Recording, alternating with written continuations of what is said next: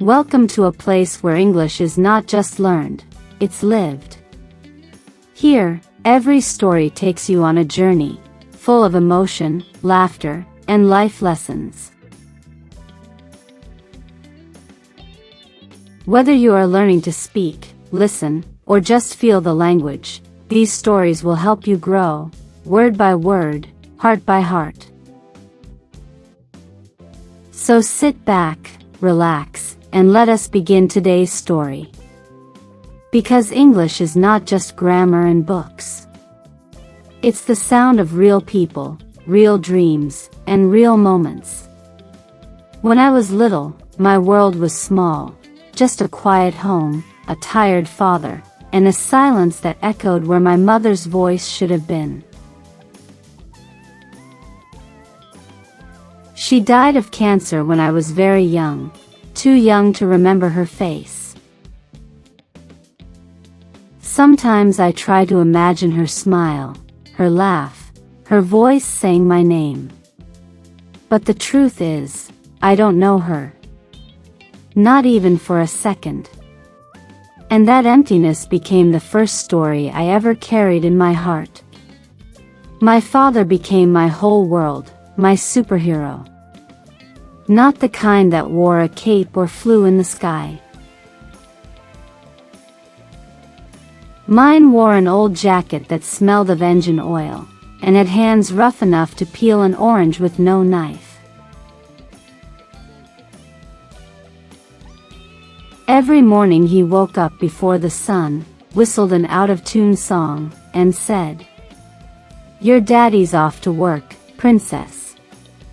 Gotta make those big bucks." But I didn't know then, he wasn't really going to work. He was going out to find work, like a fisherman casting his net into a sea with no fish. He'd come home late, smiling, saying, "Daddy's tired because the boss made me work hard today." I believed him, because superheroes get tired too, right?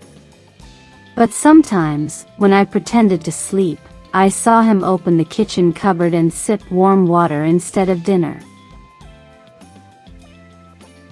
I thought it was some superhero diet. He smiled and said, "No, sweetie, I already ate." That was his favorite lie. Daddy was funny too. Once, when our power got cut off, he told me, "The government wants us to enjoy romantic candle dinners like in movies." Then he made shadow puppets on the wall, a rabbit chasing a lion, and I laughed until I forgot we had no food, no light, nothing. I joined school after a little grow up. I didn't just want to learn English, I needed it. Not for school, not for exams, but to tell my story to the world. My father couldn't afford English lessons. He used to say, "Child, your voice is enough.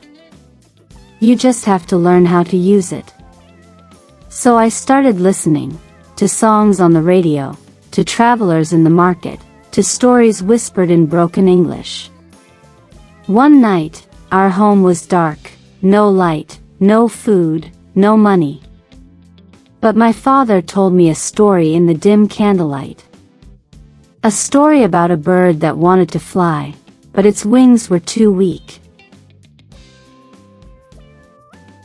"Keep trying," he said, "because even broken wings can learn to fly." That night, I whispered my first English words, slowly, painfully. "I will learn to fly." And it changed everything. One day, I finally learned the truth. My father had lost his job years ago. He was taking small jobs, fixing shoes, washing cars, carrying sacks, just to keep me in school. He lied, not to fool me, but to protect my smile. When I won a scholarship, I ran home shouting, "Daddy, I did it. You don't have to worry anymore." He looked at me and cried, quietly, like rain dripping from a leaf. He said, "I'm sorry I lied. I didn't want you to see me as weak." And I told him, "Daddy, your lies were the kindest truths in the world. It is better as I called them golden lies." Years later, when I stood on a graduation stage, wearing the gown he saved for months to buy, I looked into the crowd, and there he was. Still in that old jacket, holding a camera that didn't even have batteries, smiling proudly.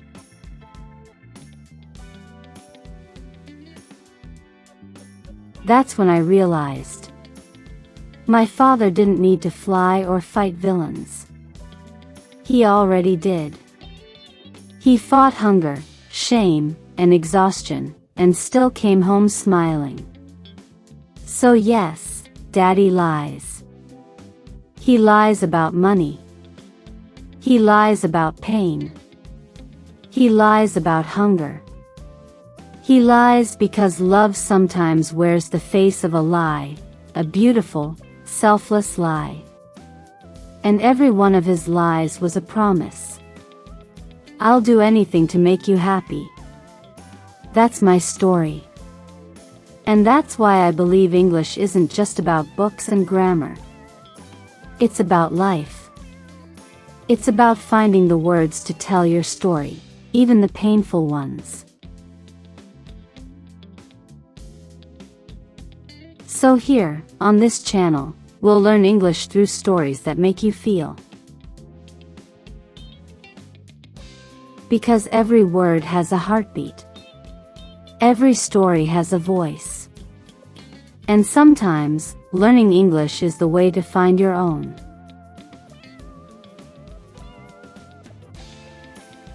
And therefore, never forget to subscribe my channel.